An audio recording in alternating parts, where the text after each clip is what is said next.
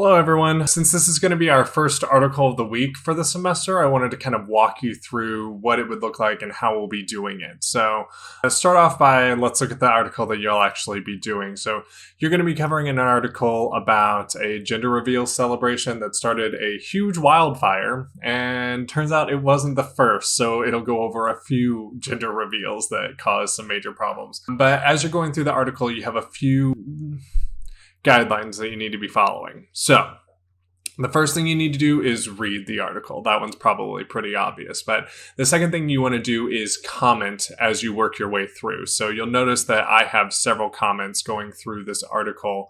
And the way to put a comment on a Google Doc, if you haven't ever done it before, is to just highlight a section, and then you'll have two options, either this little button off to the side or this little button up here. Either one will give you a comment option. So you click that. And this quote is about Debbie Allen not really knowing how she's going to deal with paying her employees after they deal with all the coronavirus shutdowns and everything.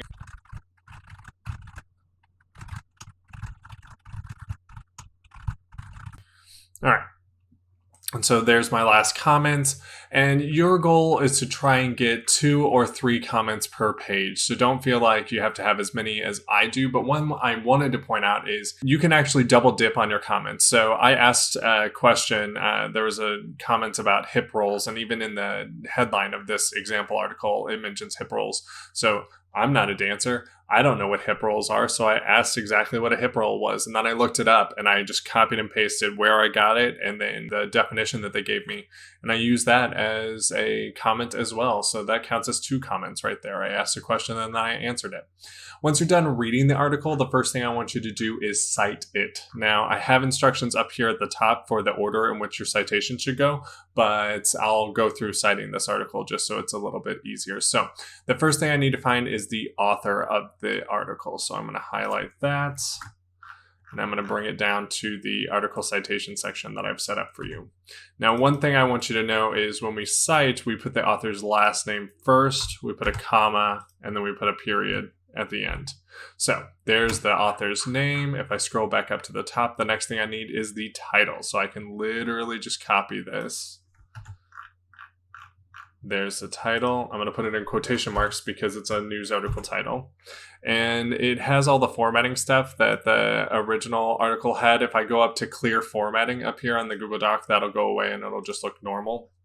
I want to add a period at the end because it's the next citation piece. And then source. So source is where this article's from. And you can see here the article's from the New York Times. So again, I'm going to copy that. I'm going to bring it down. I'm going to paste it. I'm going to put a period. And now it looks like I have italics, so I'm going to get rid of that. I'm going to scroll back up. And then the last thing that I need is the date that it was posted. So that's March 26, 2020. Now this is in American format. When I bring it down, I'm going to put it in MLA format. And the only thing that's different is you move the day in front of the month. And then that comma is no longer necessary because you have a number, a month, and then another number. So you don't need to break it up with a comma. And then I put a period at the end and make sure there isn't any weird extra spacing. And then I'm done. There's my citation. Now, after you're done with the citation, I want you to find a reaction GIF or GIF. I know that that's how it was originally intended to be pronounced, but I have always pronounced it GIF, and the GIF truthers are just going to have to deal with that.